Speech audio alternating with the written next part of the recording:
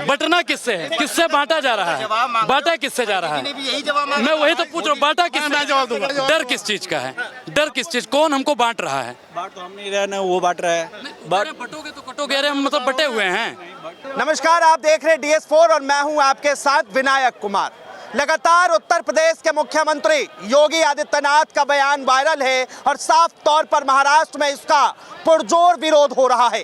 आखिर क्यों मुख्यमंत्री को यह कहना पड़ गया कि बटोगे तो कटोगे, और यह किसके लिए था? क्योंकि खुली चेतावनी अब कहीं ना कहीं विपक्ष के नेता भी दे रहे हैं और साफ तौर पे कह रहे हैं कि नफरत फैलाने का काम है। इस वक्त हमारे साथ सामाजिक कार्यकर्ता अनुराग ओझा है, इनसे जुड़ेंगे, बातचीत करेंगे। अनुराग भाई, किस तरह देखते हैं? सबसे पहले बटोगे तो कटोगे। पहली बात तो हम बटे कहाँ हैं, और बटेंगे तो हमको काटेगा कौन? पहले ये हिंदू मुसलमान से काटने की बात कर रहे थे, अब ये ब्राह्मण और दलित को लड़ाने का काम कर रहे हैं।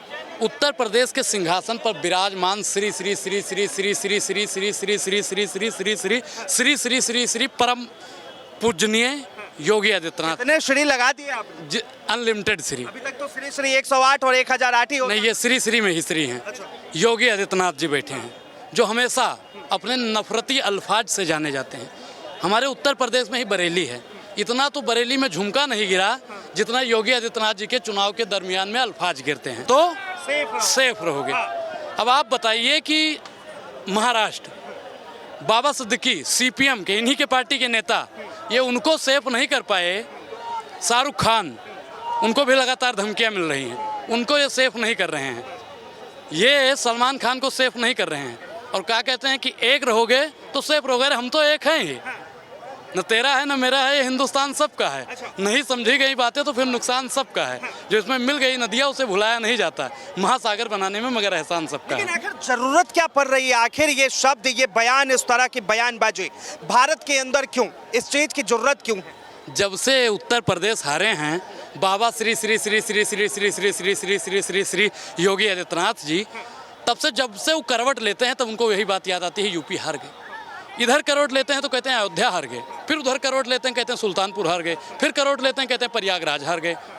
तो मतलब ये जो करवट लेने की जो कला है ना, अब एक गांव की कहावत में कहा जाए तो घर तोड़ के तंबू दान करने की कला को ही राजनीति कहते हैं। तो योगी आदित्यनाथ जी बौखलाए हुए हैं।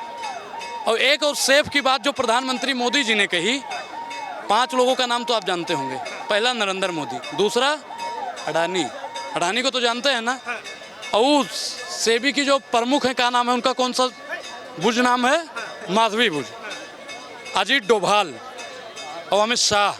ये 5 लोग अगर एक नहीं रहेंगे तो सेफ नहीं रहेंगे। इन 5 लोगों का एक रहना बहुत जरूरी है। बाकी देश की तमाम 140 करोड़ से ज्यादा जनसंख्या जो है वो सब एक है। इन 5 लोगों तो विपक्षियों के लिए संदेश था, जिस तरह से ईडी का छापा पड़ता है, इनकम टैक्स का छापा पड़ता है। अपनी जुबान मुंह में मत डालिएगा। इन 5 लोगों को एक करिए और सेफ करिए। इन 5 लोगों को एक होने की जरूरत है। इंडिया अलायंस में तो एक हो गई है, एक है तभी तो सेफ है। ये उनपे भी हम लोग तो एक हैं, हम लोग तो एक थे, एक हैं, एक रहेंगे। और एक रहकर अभी तो यूपी में 9 सीटों पर ही चुनाव करवा रहे हैं, और एक पे और होना है, 10 पे होना है। एक होकर 9 की 9 जीत रहे हैं अभी, और 27 में एक रहकर भारतीय जनता पार्टी को कड़ी शिकस्त देने जा रहे हैं। जिस प्रकार से भारतीय जनता पार्टी इस देश का आरक्षण खत्म करना चाहती है, उत्तर प्रदेश में नारा दिया जाता है बटोगे तो कटोगे। बांटने का काम कौन कर रहा है? हिंदू को मुसलमान से बांट दिया, मंदिर मस्जिद को बांट दिया, ब्राह्मण दलित को बांट दिया, यादव को ठाकुर को बांट दिया। अब किसको बांटोगे, कितना बांटोगे, बांटेंगे कितना, और किस किस चीज को बांटेंगे? अरे हिंदुओं को तो बांटने का काम कांग्रेस कर रही है, लगातार कहते हैं। कैसे? अगर जातीय जनगणना करवाना बांटना आपकी नज़र में है तो ठीक है, जातीय जनगणना होनी चाहिए। तेलंगाना में तो शुरू भी करवा दिया। जहाँ जहाँ भाजपा की सरकार, मतलब डबल इंजन की सरकार है, वहाँ भी जातीय जनगणना होनी चाहिए। जातीय जनगणना ना करवा कर ये हमारे तमाम दलित भाइयों को अनसेफ करने का काम कर रहे हैं। महिलाओं का महिला सशक्तिकरण ना करके महिलाओं को अनसेफ करने का काम कर रहे हैं। हमारे उत्तर प्रदेश में पेपर लीक करवा के हमारे युवाओं को अनसेफ करने का काम कर रहे हैं। इलाहाबाद में प्रयागराज, भरद्वाज मुनि बसें प्रयागराज में हमारे युवाओं को मार के अनसेफ करने का काम कर रहे हैं। हमारी बहन बेटियां जिन समय उनको पढ़ना चाहिए, तैयारी करना चाहिए, उधरने पर प्रोटेस्ट पे बैठे देश के हैं। प्रधानमंत्री बेटी रोटी और माटी की बात करते हैं और आपको लग रहा है कि महिलाओं को लेकर वो बात नहीं करते, नौकरी रोजगार को लेकर बात नहीं करते? देखिए, ये बातें चुनाव में बोलने के लिए अच्छी लगती हैं, प्रधानमंत्री जी के मुंह से अच्छी लगती हैं, लेकिन ये जब धरातल पर लागू हो तब और ज़्यादा अच्छी रहेगी। रोटी बेटी की ये बात तो करते हैं, जिधर भी देखो हवस के जल्लाद बैठे हैं, जिधर भी देखो हवस के जल्लाद बैठे हैं। संभाल कर रखना अपनी फूल जैसी बेटियों को, क्योंकि सत्ता चलाने वाले बेऔलाद बैठे हैं। ये कहते हैं कि आपकी बेटी को छीन ले जाएंगे। कौन छीनेगा महाराज, कौन छीनेगा? क्या कहना कि आप अगर हमारी बहन बेटियों की तरफ, हमारे देश की बहन बेटियों की तरफ आंख उठा के देखेंगे ना, कौन छीनेगा हमारी बेटी को? हो पहले ही बोले कि मंगलसूत्र छीन लिया जाएगा, आपकी भैंस छीन ली जाएगी, घर द्वार छीन लिया जाएगा, मुजरा, मंगलसूत्र, और अब ये बेटी पर आ गए। मतलब सबसे गिरी हुई राजनीति अगर कोई होती है तो बहन बेटियों पर। आप देखे होंगे गांव और के मोहल्ले में जब झगड़ा होता है भैया, बहुत लोग होंगे जो गांव से आते होंगे, माँ बहन की गाली वहाँ पे शुरू हो जाती है। और माँ बहन पर भी अगर ये आ गए हैं तो इनसे गिरा हुआ आदमी कोई हो ही नहीं सकता है। देखिए, देश खतरे में है, झारखंड खतरे में है और हिंदू खतरे में है, ये भी लगातार नारे चल रहे हैं। देखिए, अभी आप बता रहे हैं हिंदुत्व खतरे में है, उन्हीं का हिंदुत्व खतरे में है जिनका भगवान नरेंद्र मोदी है और जिनका धर्म भाजपा है। किसी के हिस्से में शराब आया, किसी के हिस्से में कबाब आया, ये अंधभक्त है महाराज। इनके हिस्से में सिर्फ और सिर्फ गोबर और पेशाब आया। तो ये लोग तो सिर्फ और सिर्फ बांटने का काम कर रहे हैं। हम लोग तो एकजुट हैं, धरती को बांटा, आसमान को बांटा, सब कुछ बांटने के बाद अब ये हमको आपस में बांटना चाहते हैं। ये राजनीति हम लोग नहीं चलने देंगे, जुड़ेंगे और जीतेंगे और लड़ेंगे। बाबा साहब ने कहा था शिक्षित रहो, संगठित रहो और संघर्ष करो। हम लोग शिक्षित हैं, संगठित हैं और संघर्ष करके इनको गद्दी से उतार देंगे। लेकिन हरियाणा के बाद अब महाराष्ट्र के अंदर भी लगातार ये चुनाव चल रहा है और कहा जा रहा है कि इसी नारे के तर्ज पे वहाँ पे भी चुनाव जीतेंगे। देखिए, इन्होंने जो हरियाणा में नारा दिया, राजस्थान में नारा दिया, छत्तीसगढ़ में नारा दिया, मध्य प्रदेश में नारा दिया, उस सब का सब नारा खोखला है। और प्रधानमंत्री नरेंद्र मोदी जी क्या कहते हैं कि राहुल गांधी जो लाल किताब लेकर घूम रहे हैं, ये किताब खोखली है। प्रधानमंत्री जी का ही बयान है। अब आप बताइए कि संविधान को खोखला कौन कर रहा है? संविधान की किताब को जो खोखला बोल सकता है, मतलब साफ है कि वो संविधान को खोखला करना चाहता है। अगर वो 4 दिन पढ़ लेते तो उनको पता चल जाता कि वो संविधान की। आप कह रहे हैं नरेंद्र मोदी ने संविधान नहीं पढ़ी? बिल्कुल नहीं पढ़ा है।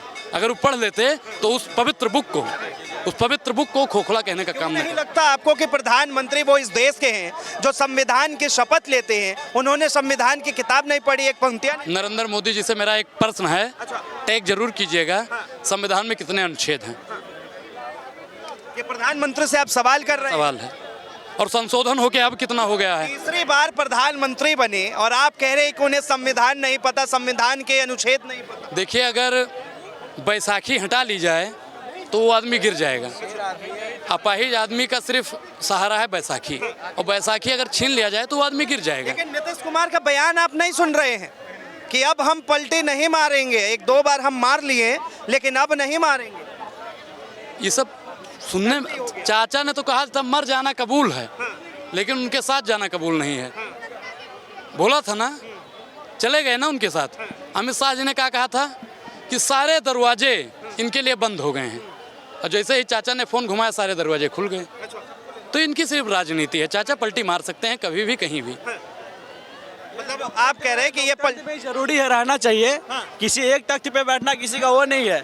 ये है चाचा पलटी नहीं मारते हैं, ये समय के हिसाब से, और अब समय के हिसाब से वो अपना देखते हैं क्या है नहीं है। ये कह रहे पलटी मार रहे हैं। बताइए, योगी आदित्यनाथ का बयान था, बटोगे तो कटोगे, किस तरह देखते हैं आप इस बयान को? बयान तो काफी अच्छा है, इस बारे में तो कोई बोल नहीं सकते हैं। ठीक बात है। नहीं बट किससे बांटेंगे? डर किस चीज का है? डर किस चीज? कौन हमको बांट रहा है? बांट तो हम नहीं रहे ना, वो बांट रहे हैं। बटोगे तो कटोगे, अरे हम मतलब बटे हुए हैं। समाज नहीं बटा हुआ है, कौन बटा हुआ है? सब बटे हुए हैं। समाज जाति में बटा हुआ है, धर्म में बटा हुआ है, वर्ग में बटा हुआ है, इकोनॉमी में बटा हुआ है। कौन नहीं बटा हुआ है? आप ही बताइए, कौन नहीं बटा हुआ है? आपका जात अलग करता होगा, आपका धर्म अलग करता होगा दूसरे से, आपका क्लास अलग करता होगा, आपका पैसा अलग करता होगा। सबका अलग अलग है ही, सबका अलग। तो क्या देश में एक मिनट, विश्व गुरु का डंका बज रहा है और उसके बावजूद भी देश में अभी भी जाति के आधार पर लोगों को लड़ना चाहिए?